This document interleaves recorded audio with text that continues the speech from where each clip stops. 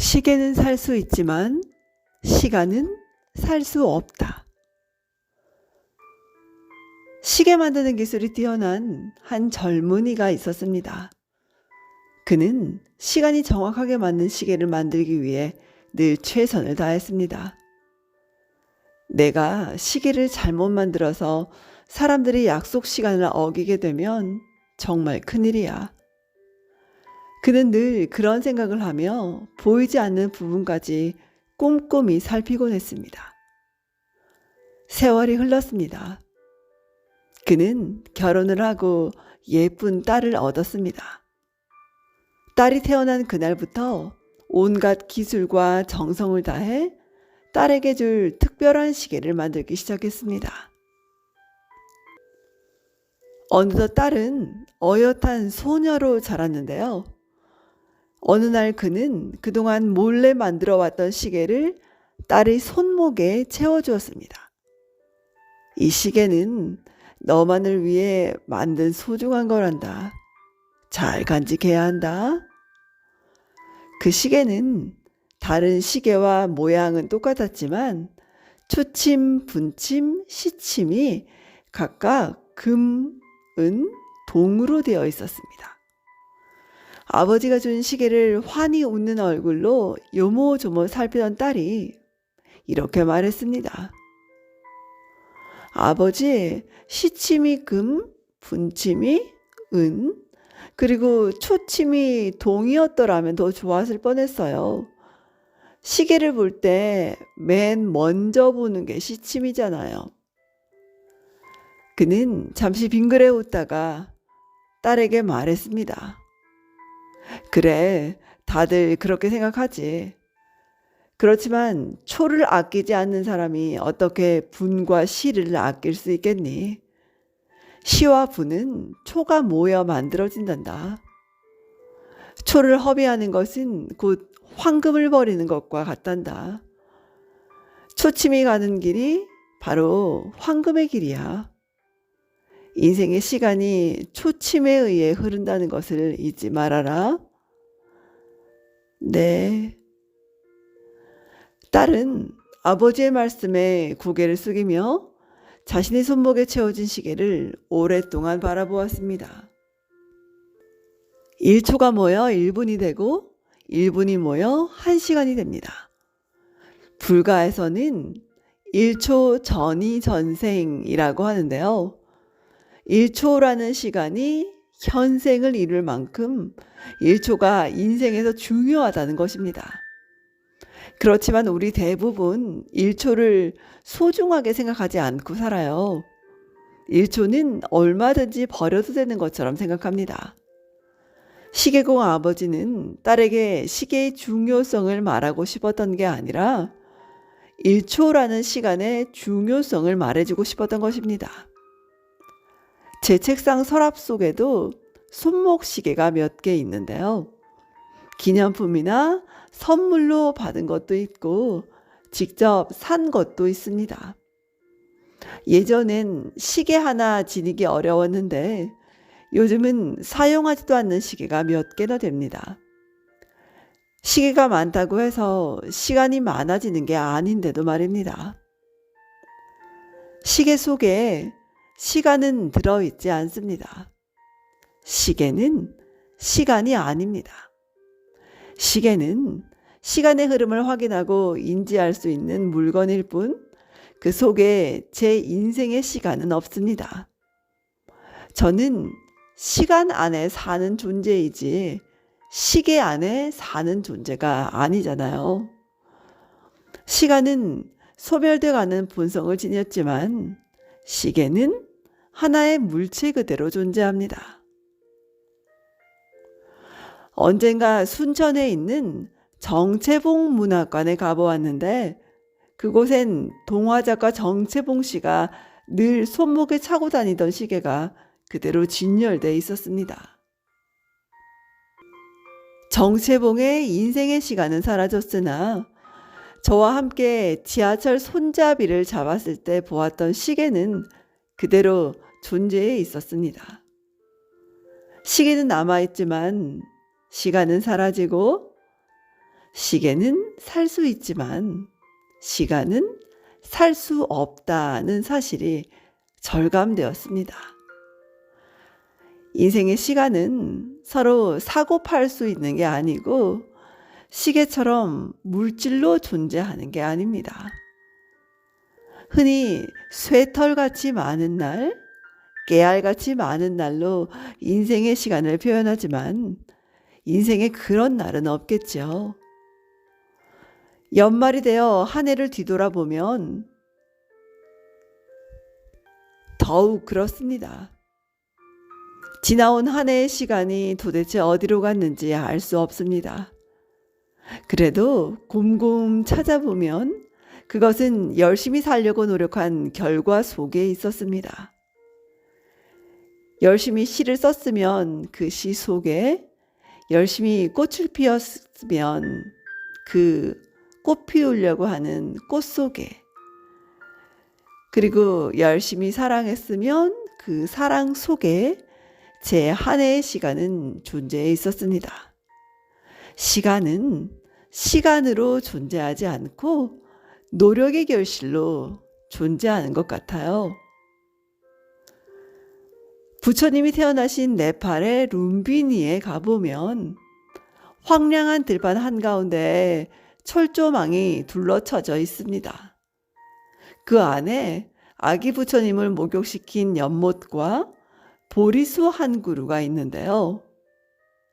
인도 최초의 통일국가 마우리아 제국을 이룬 아소카 왕이 룸비니를 순례한 것을 기념하기 위해 세운 그 높이가 10m가 넘는 돌기둥도 하나 서 있는데요.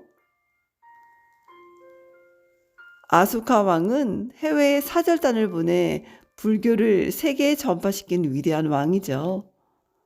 인권을 존중하고 평화를 사랑한 그는 동물의 권리까지 보호하고자 했습니다. 그런데 그런 왕에게 왕족임을 빙자해 국법을 어기며 방탕한 생활을 일삼는 동생이 하나 있었는데요. 아소카 왕은 어느 날 동생을 불러 명했습니다. 내 죄가 너무 크다. 일주일 뒤에 사형을 시키겠다. 너는 너의 죄가 너무 커. 그러나 특별히 불쌍히 여겨 일주일 동안이라도 왕처럼 즐길 수 있도록 해주겠다.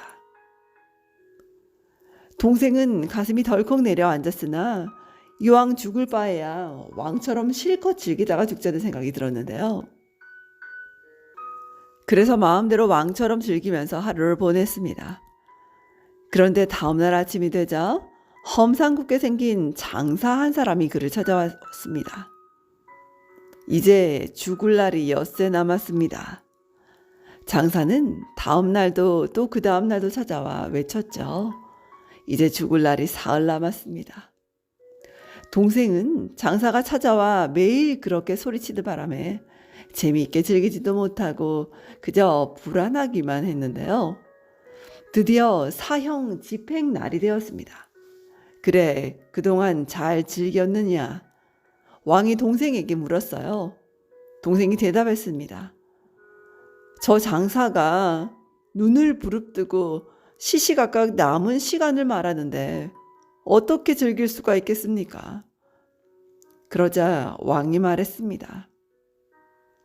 보이지 않을 뿐이지 누구나 하루하루 죽을 날짜를 향해 가고 있다. 그러니 어찌 시간을 헛되이 낭비하겠느냐. 이 말을 들은 동생은 크게 깨닫고 하루하루를 열심히 살기로 다짐했습니다.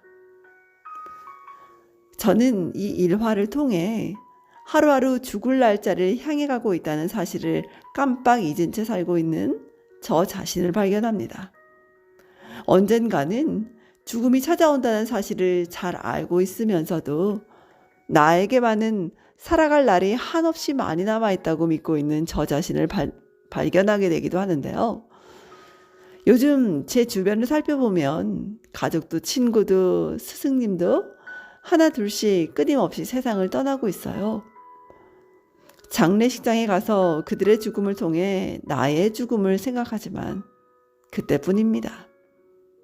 인생의 시간이 한정되어 있는데도 나만은 영원히 살 것처럼 여기고 있었어요. 아소카 왕의 어리석은 동생과 조금도 다를 바가 없었죠. 그래서 요즘은 어떻게 하면 남은 인생을 가치 있게 보낼 수 있을까 하는 생각을 많이 합니다. 법정 스님께서는 자신에게 주어진 한정된 시간을 무가치한 일에 결코 낭비하지 말아야 한다고 말씀하셨습니다. 한 인간으로서 가정적 의무나 사회적인 역할을 할 만큼 했으면 이제는 자기 자신을 위해 남은 세월을 활용할 줄 알아야 한다고도 강조하셨는데요. 누구나 자신에게 주어진 시간의 잔고를 생각할 수 있어야 한다는 것입니다. 깨알같이 많은 날 어쩌고 하는 것은 시간에 대한 모독이고 망언입니다. 자신에게 허락된 남은 시간을 의식한다면 순간순간을 아무렇게나 함부로 빠져나가게 할 수는 없을 것입니다. 시시한 일이나 무가치한 일에 귀중한 생명의 순간을 흘려보낸다면 인생이 그만큼 소홀해지고 가벼워질 것이다 라고도 하셨는데요. 그동안 저는 가족을 위해 제 인생의 시간을 거의 다 보냈다고 해도 과언이 아니에요. 제 가족은 제가 형성한 것이기 때문에 제가 책임을 져야 했죠. 사랑은 책임지는 것이기 때문에 열심히 일하고 돈을 벌어 사랑하는 가족이 인간다운 삶을 살 수 있도록 해야 합니다. 그런데 법정 스님께서는 이제 그런 가정적인 책무에서 벗어나 남은 인생의 시간을 자신을 위해 쓸 수 있어야 한다고 하십니다. 가족을 위하는 일이 저 자신을 위하는 일이 맞지만 이제 스님의 말씀대로 남은 인생의 시간을 저 자신을 위해 쓸 시점이 된 것 같아요. 시간은 3가지의 걸음걸이를 가지고 있다. 주저하면서 다가오는 미래, 화살처럼 날아가는 현재, 그리고 멈춰 서서 영원히 움직이지 않는 과거가 그것이다. 독일의 시인 실러는 이렇게 말했지만 이제 제게 미래의 시간은 주저하면서 다가오지 않습니다. 현재처럼 화살같이 다가오고 있는데요. 현재와 미래가 함께 같은 걸음걸이로 제게 다가오고 있어요. 저는 젊을 때는 시간이 많다 싶어 시간을 관리하는 데 중점을 두었지만 지금은 시간의 절대적 가치를 높이는 데 중점을 둡니다. 많은 선현들이 시간을 낭비하지 말고 소중히 사용하라. 인생은 시간 낭비에 의해 더욱 짧아진다고 한 말씀에 더욱 마음의 귀를 기울이게 되는데요. 소멸되는 인생의 시간은 어떻게 사느냐에 따라 소멸되지 않고 영원히 존재할 수도 있다는 것을 꼭 기억하시기 바랍니다. 이상 내 인생의 용기가 되어준 한마디 책을 낭독해 보았습니다. 시계는 살 수 있지만 시간은 살 수 없다라는 말씀을 여러분 꼭 기억하시면서요. 현재에 충실하고 또 시간을 낭비하지 않고 소중히 사용하시는 여러분의 오늘 되셨으면 좋겠습니다. 들어주셔서 감사합니다. 좋은 날 되십시오. 고맙습니다.